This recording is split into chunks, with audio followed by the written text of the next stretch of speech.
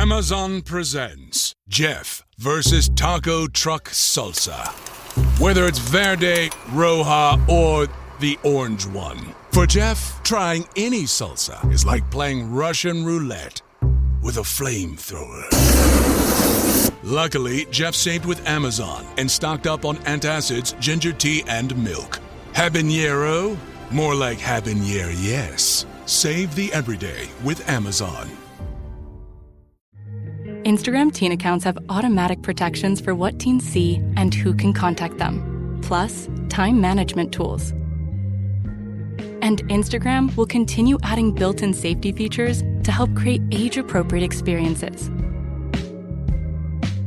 Learn more about teen accounts and Instagram's ongoing work to protect teens online at instagram.com/teen accounts. Alright, what's up, guys? Welcome to another episode of the TMossBoss Show. In today's episode, nah, man, I give up on Ubisoft. You know, like, I have been trying to do these podcast episodes in hopes that maybe something would have changed, maybe something would have went viral, something would have happened, and it just seems like that people, for one, want to enable their behavior and overall have it where they don't ever change. And I feel like the day that they would decide to change is that if a video game comes out and it competes with Ubisoft, because that's the thing, there ain't no video games out there to compete with Ubisoft. I feel like the two times where we remotely seen a game attempt to compete with Ubisoft was when the day before it was coming out. I don't even think they really did anything with the Division. I think because they probably knew that if that game would have came out in the state that they were promoting in them trailers, nobody would be playing the Division. But overall, though, yeah, we all seen that game bombed, so they got a pass on that. Then I do remember when Test Drive Unlimited Solar Crown, because for those that don't really know too much about that video game series, back in, I think, when did that game last come out? I think they said it was 2012 when they last came out with a video game before Solar Crown, but hold on for a second. Let me see when 2 had came out. Test Drive Unlimited 2, no, 2012. What did they come out with in 2012? I feel like they came out with a game in 2012. Hold on for a second. Unlimited. Let's see. Test Drive Ferrari Racing Legends. That was, I guess they did come out with that, and I felt like it was, I guess so. But anyways, the last big one though was Test Drive Unlimited 2. Everybody was playing that game. That was one game where, I actually remember there was, I think it was on one of them, like Steam Key websites, like G2A or something like that. But they had it where there was a PC version of Test Drive Unlimited 2, where it was costing $400, I believe. Hold on for a second. Let's see. Maybe whoever that person is might have lowered the price and stuff. But let's see. Test Drive. Okay, here we go. Here's a website, the G2A website. So, it's currently out of stock, but if you want to get it as a gift, hold on for a second, they took away $30, $628. That's how much it would cost to gift it and things, I guess. But can't you just gift it to yourself or something like that? I don't know. But anyways, but yeah, that's what Test Drive, with how that game was, where it's people are really, and you could go out and get you, if you got the game digitally or bought it digitally on either your Xbox 360 or PlayStation 3, because I had bought that game digitally. And so, but no, you could just go out and get you a used Xbox or PlayStation, Xbox 360 or PlayStation 3 for like a little over $100, like maybe the price of some Air Jordan 1 mids or something. It's like, bro, why would you think somebody want to spend that much? But no, so this is what the company that owns Test Drive, what they decided to do. They decided, we're going to come out with a new racing game. So Test Drive Unlimited Solar Crown, that was supposed to be the game to compete with Forza. That was the game that was supposed to compete with Need for Speed. That was the game that was supposed to compete with Ubisoft's racing game, The Crew. So for those that don't really know too much about The Crew, start off with this first game where it was just simply called The Crew. That game was good. Played it a couple of times. Enjoyed it both times. They had it where it was like a story where I think your brother gets killed or something like that. And then you just going around finding his killer. Thought it was a pretty good story. They came out with part 2. Like I didn't really play 2 like how I played 1, but it wasn't until some years later, I think after playing a lot of Motorfest, that's when I had started playing 2. And I was like, oh, this game was actually good. It just took me a moment to kind of get into it, but the game was actually decent. I will say that much. I'll say that it was decent.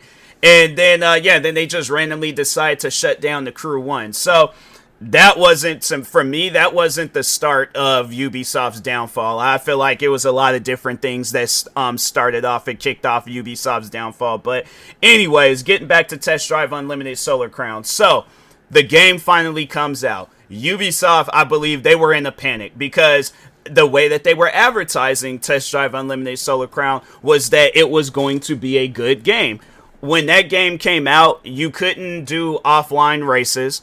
The difficulty settings was locked on hard, so if you were out there losing races, you just had to lose a race.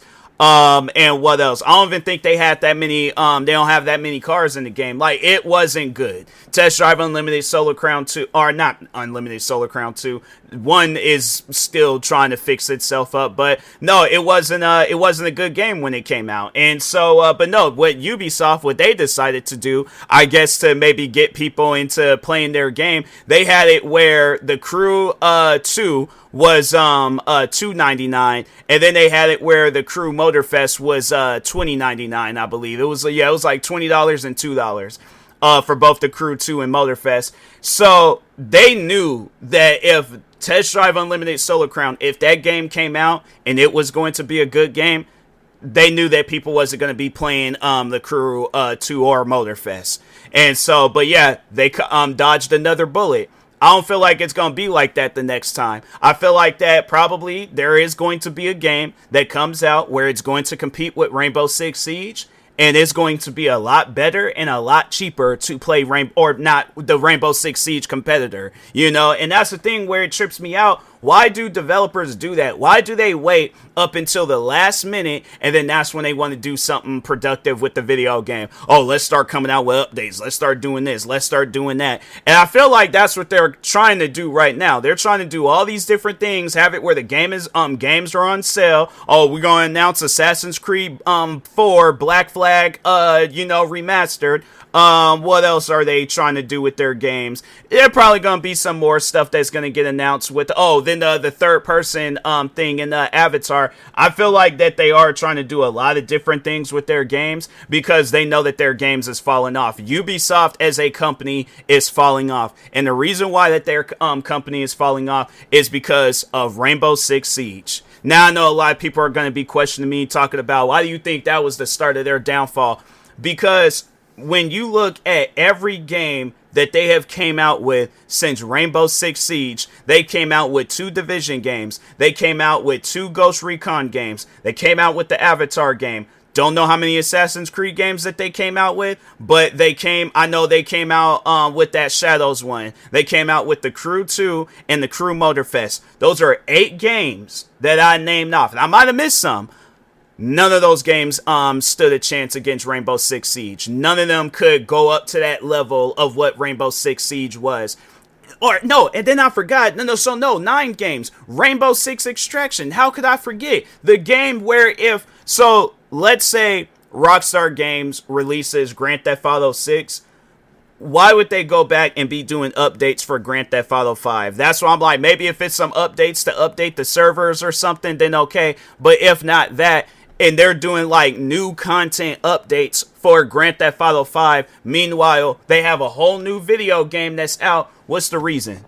Why do that? They did do that with Red Dead Redemption 2, and look how that turned out. No, people like Red Dead Redemption 2, but at the same time, it's like, it's the story that they mainly talk on. I don't really hear nobody talk on Red Dead Redemption Online or Red Dead Online and stuff. No, it's mainly the story that people talk on, because that's the only good thing that really Rockstar can do. They could come out with good story-based games. As far as online, it's like, no, they can't do that. But overall, and they probably knew that. There was like, yeah, the story. I mean, overall, though, they did put a lot into that game. And maybe Red Dead Redemption 2 was just kind of a test game to see what Grand Theft Auto 6 was going to be like.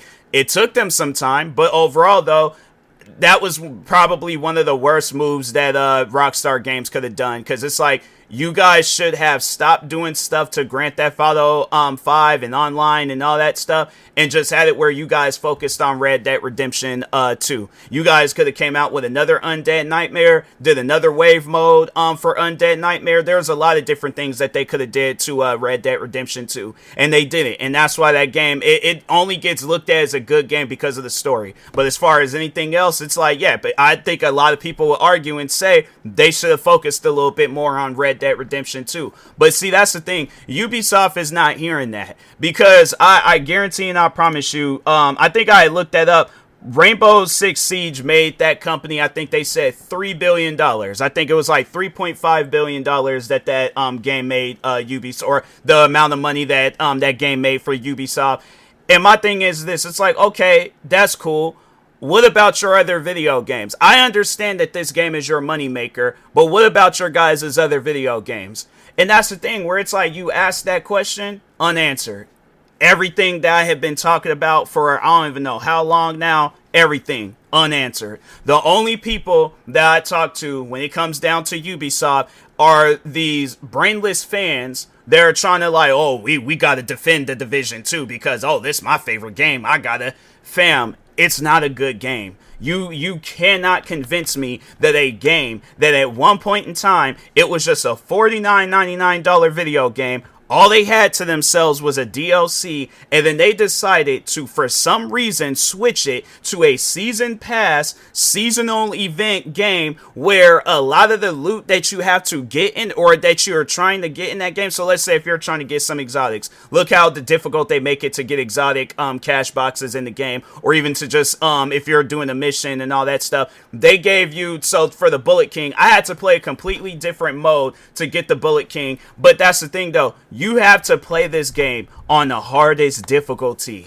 And what's so crazy is that they don't have it set up where, so the Division, it's a co-op based game. They have it where it's like you're pretty much supposedly supposed to be traveling in groups to do these missions. But a lot of times you are having to do missions by yourself because people ain't really playing the game like that. And I know my friends, they ain't gonna just jump up and buy the Division. Oh, it's like, oh, this is the game that he's playing, all this other stuff. There's games that they like to play.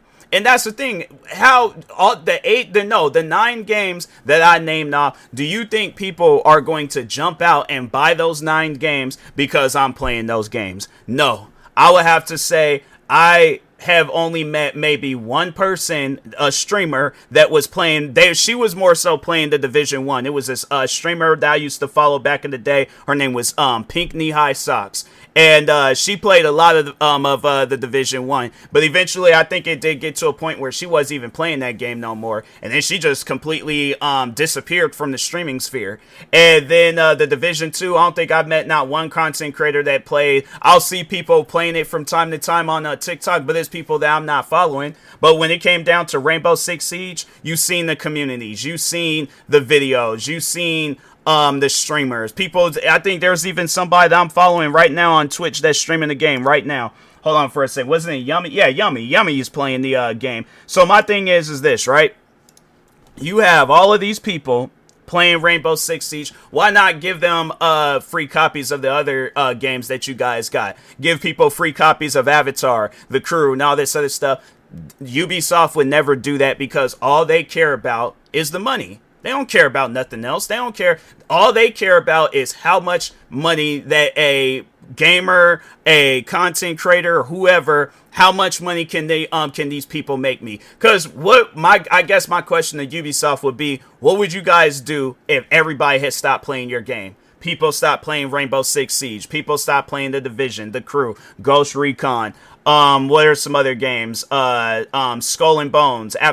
and if I could just talk, I think I was getting ready to say Avatar twice, but anyways, if I could just talk on that game real quick, because I just recently talked on it in a YouTube video. I can't remember if I did a podcast episode talking about it, but just repeating myself on that, to have it where you make promises for that game and then you take away those promises because you're trying to focus on the naval combat.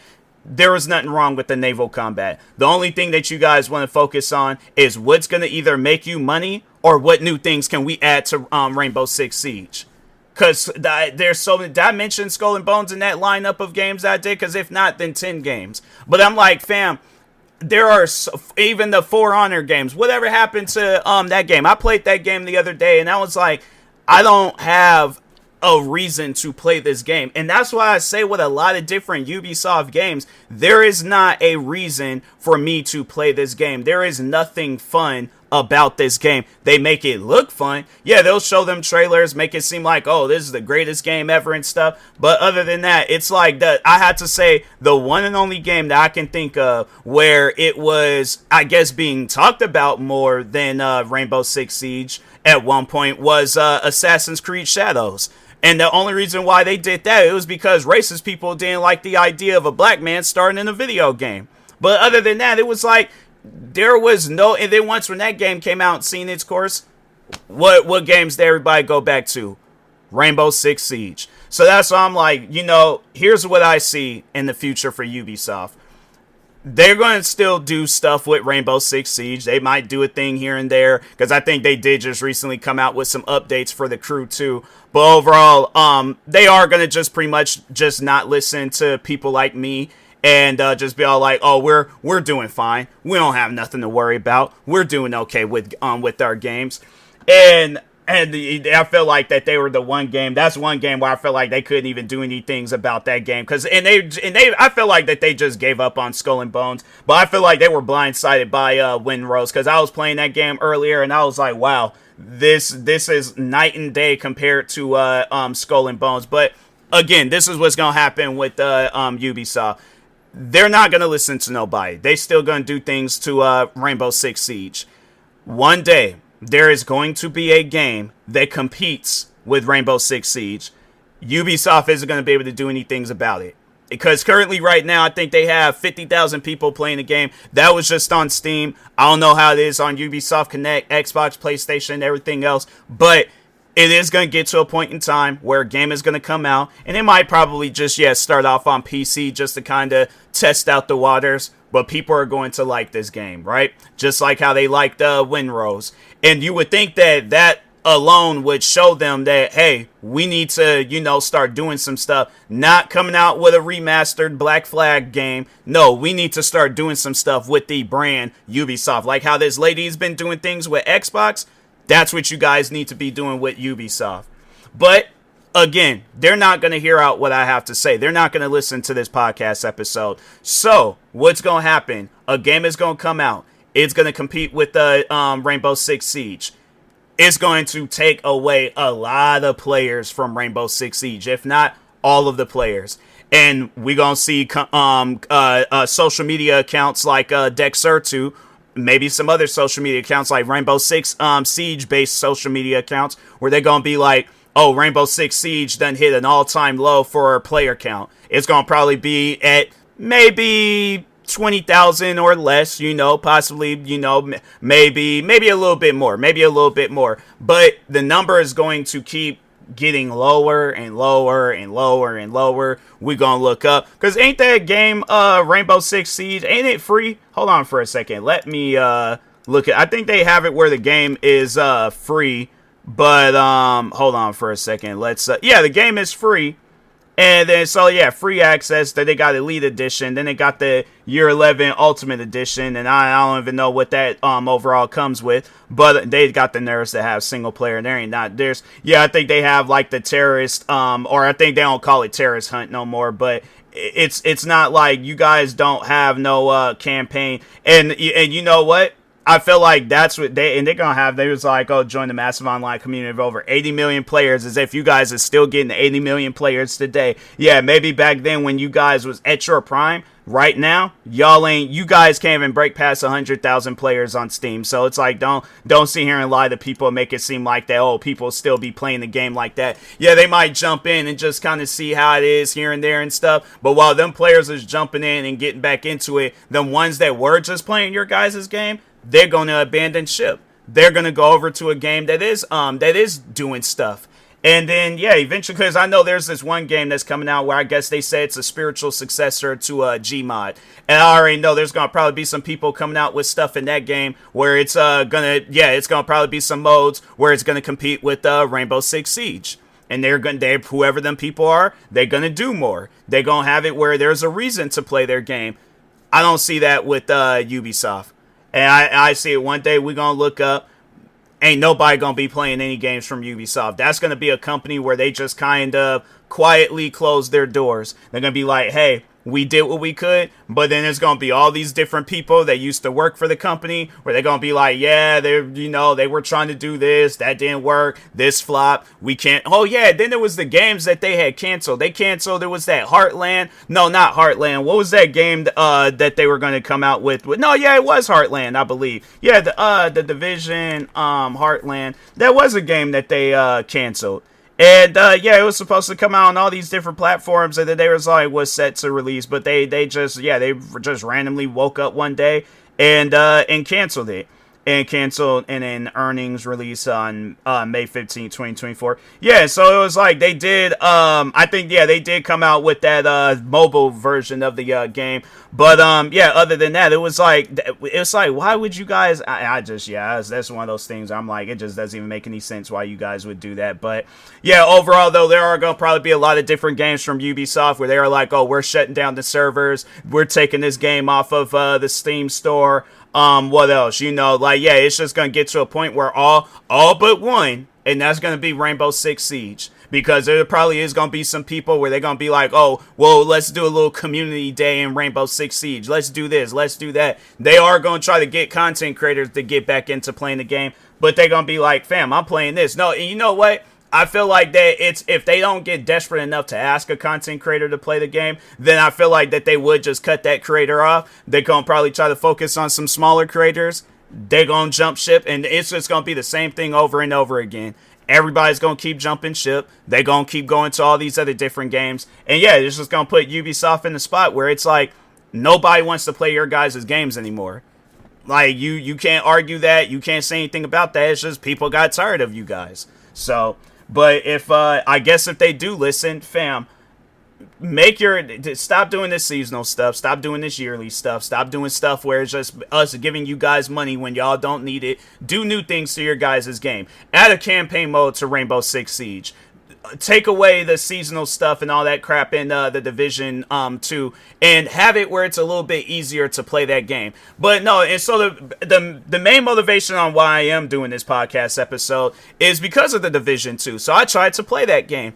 Game randomly crashed on me. Then when I looked it up, the reviews on Steam, other people have been reporting the same thing. Is this going to be a new normal with the Division 2? People ain't going to be able to play the game no more? Or it's just, eventually it's just going to get to a point where, the small players or the small amount of players where this is happening to, eventually it's just going to keep growing and then other players ain't going to be able to play the game. Yeah, it's gotten to a point where I'm all like, you know what, Ubisoft, I wish you guys the best of luck. But yeah, eventually it is going to get to a point where people ain't going to want to fool with your guys' games no more. You can't be mad about it. You can't feel a certain way about it. That's just how it is. So, but anyways, with that being said, I'll talk to y'all later. Thank you guys for watching and or listening. Stay tuned for the next episode. Like, subscribe, viewing this on YouTube. Follow or subscribe, viewing this on the podcast streaming service. And peace.